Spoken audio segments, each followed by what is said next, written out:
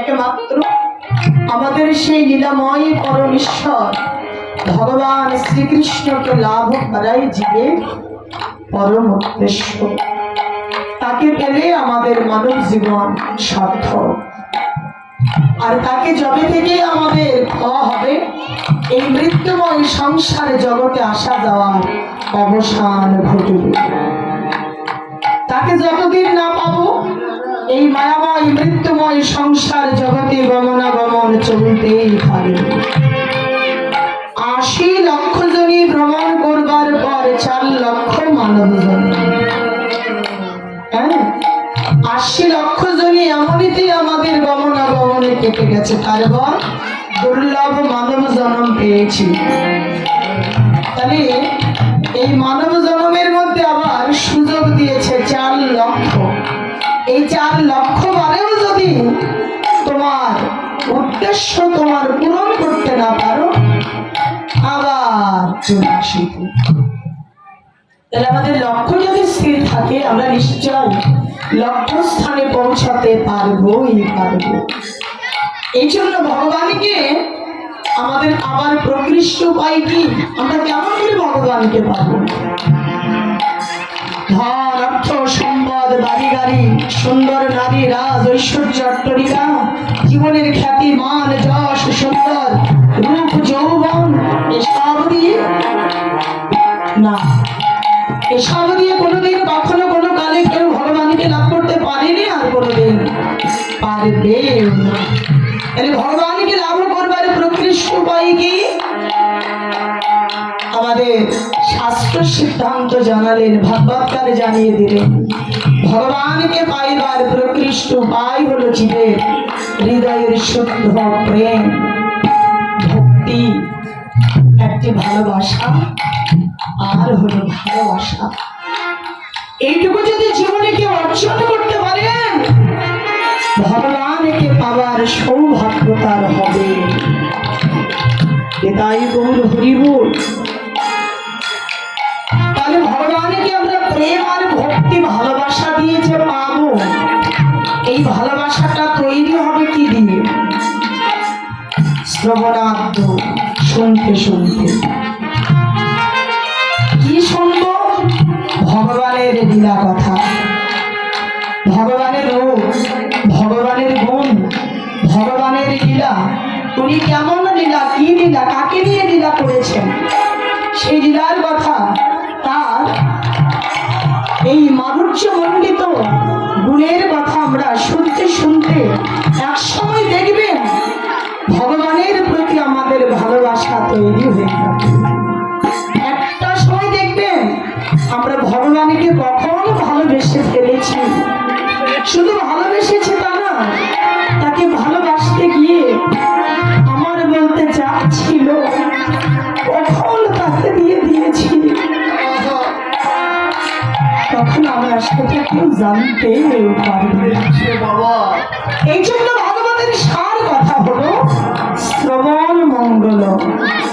শুনে যাও, ভগবানের লীলার কথা শুধু শোনো, আর কিচ্ছু দরকার নেই। শুনতে শুনতে ভগবানকে যদি ভালোবেসে পাবার জন্য তোমার হৃদয়ে সেই প্রেম জাগে, লোভ জাগে, লোভ জাগলেই প্রাপ্তি। ডক্টর মহানন্দ ব্রহ্মচারীজি মহারাজ শ্রীমদ ভাগবতের খেলা লবে বললেন, লোল্লমোপি মূল্যমেতল। লোভ জাগলেই প্রাপ্তি। লোভ জাগাও, লালসা বাড়াও, আর সেই লোভ, সেই লালসা জাগবে কি দিয়ে? শ্রবণার্থ, শুনতে শুনতে। এই জন্য বললেন শ্রবণ মঙ্গল। আজকে দেখুন তার সবচেয়ে বড় প্রমাণ আপনারা। যদি শুনতে শুনতে ভগবানের প্রতি ভালোবাসায় যদি লোভ না জাগত, বলুন তো এখানে কেউ আসতে? আপনাদের মতো কিন্তু আরো বহুজন আছেন, সকলে এখানে আসবার প্রয়োজন মনে করেননি বা করে না। কিন্তু যাদের লোভ হয়েছে, আজকে দেখুন শত ব্যস্ততার মধ্য দিয়ে হলেও ছুটে এসেছেন। যান, ভগবানকে পাই বা না পাই, কিন্তু ভগবানের কথা শুনে এই হৃদয়ের জ্বালাটুকু তো আমরা একটু জুড়োতে পারবো। আর এটাই হচ্ছে আমাদের সর্বশ্রেষ্ঠ ভজন। তাই আজকে আমার চৈতন্যদেব মহাপ্রভু অনন্ত কোটি বিশ্ব জগৎ সংসার ভগবত প্রাপ্তি কিভাবে জীবের ঘটবে সেই আদর্শ সেই শিক্ষা জগৎ জীবীকে দেবেন বলে এবার রাধা কৃষ্ণ মিলিত তোল গৌর হয়ে আসবে। যার মূরতি দেখলে জীবের প্রাণে আনন্দ বাজে,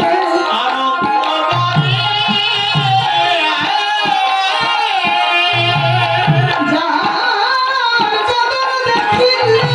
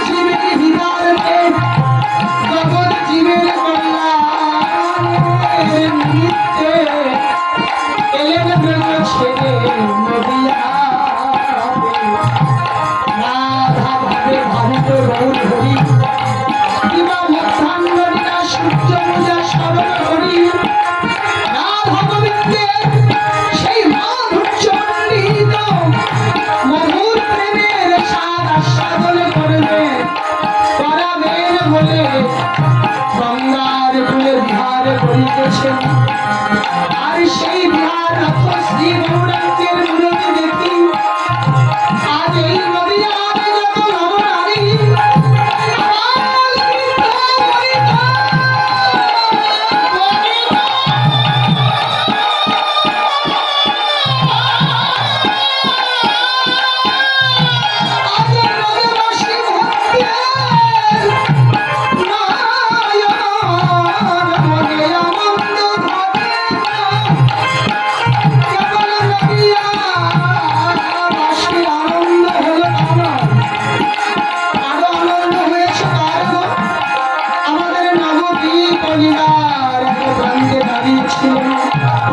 আমাদের ভজন দ্রষ্টা বৈষ্ণব কবি রাধা মোহন দাস শ্রী গৌরাঙ্গের মাধুর্যমণ্ডিত বদন দেখিয়া বৈষ্ণব কবির প্রাণে বড় আনন্দ হল।